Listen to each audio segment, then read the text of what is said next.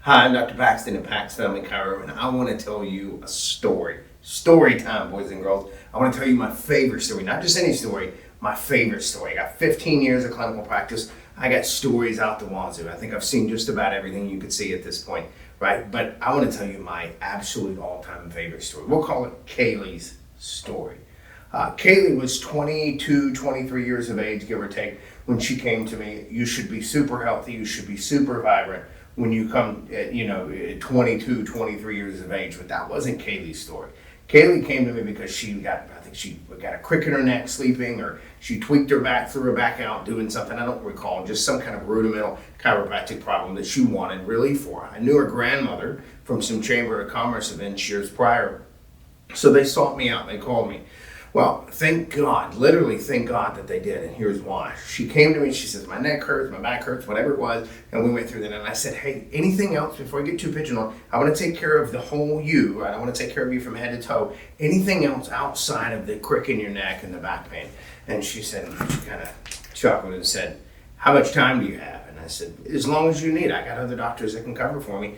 I'm here for you. How long do you need? Tell me what you got. What's going on? So she starts telling me this list of things. If I stand up too quickly, I pass out. I'm fatigued all the time. I'm on a kidney transplant list because my kidneys are shutting down.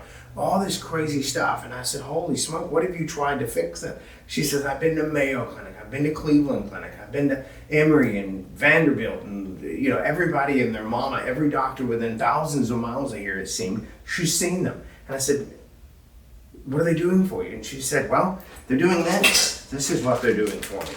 This is the stuff I take every day. And there's no repeat bottles in this bag when she showed it to me.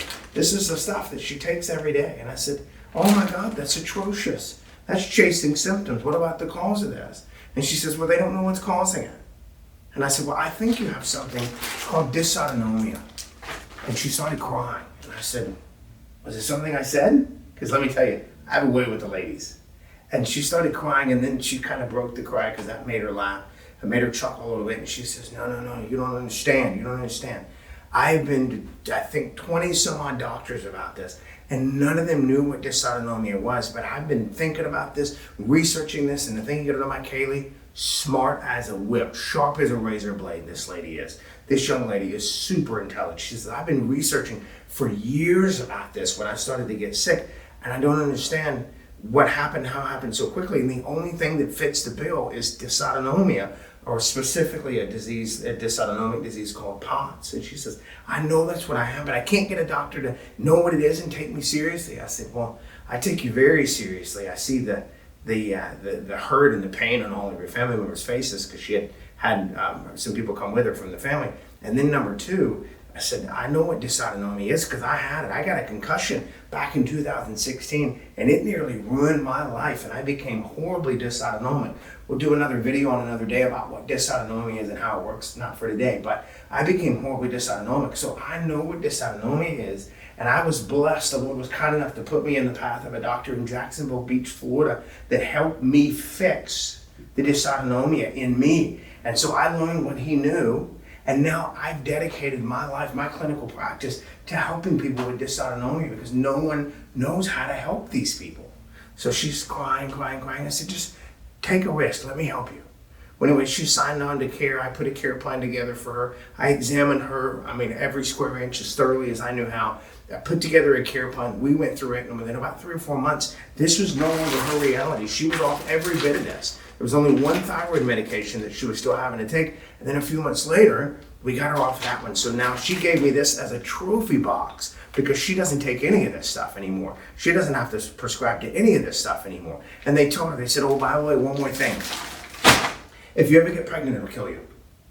If you ever try to have a child, I know you're young, you're happily married, I get it. But if you ever try to have a child, your body just can't stand it. You won't be able to tolerate it. And your life will be in danger, it'll be in jeopardy. You might die. So we strongly recommend against having a kid. Well, guess what? 3.5 months ago, I got the privilege of holding and adjusting her baby boy, her perfect baby boy. Cute as, just absolutely cute as a button, this little guy is. Coolest little dude, has the coolest personality, all because we were able to regulate her nervous system, get her off of this, because this is a joke, and it's not funny.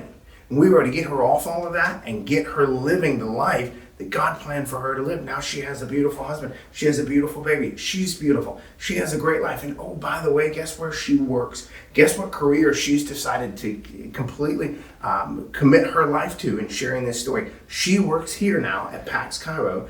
And guess what she does? She works externally, and she works in our marketing department, and she works telling the story, telling others that they don't have to suffer with no hope and hopelessness like she did, right? And she gets to go out and prescribe the one drug we prescribe in this office, and that's hopium.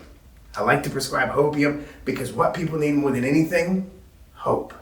And she is our hope dealer. She gets to go out and deal hope out in the community and tell people that we may very well have the answers they're looking for. Get in here and let's figure it out. So I love Cailey's story. It's my absolute favorite story. She's like a little sister to me now. Her beautiful son, her amazing husband, just a beautiful little family. I'm so blessed to have been a part of it. But here's the thing. The message is that if you need hope, just like Cailey did, we can help. We're here for you 100%.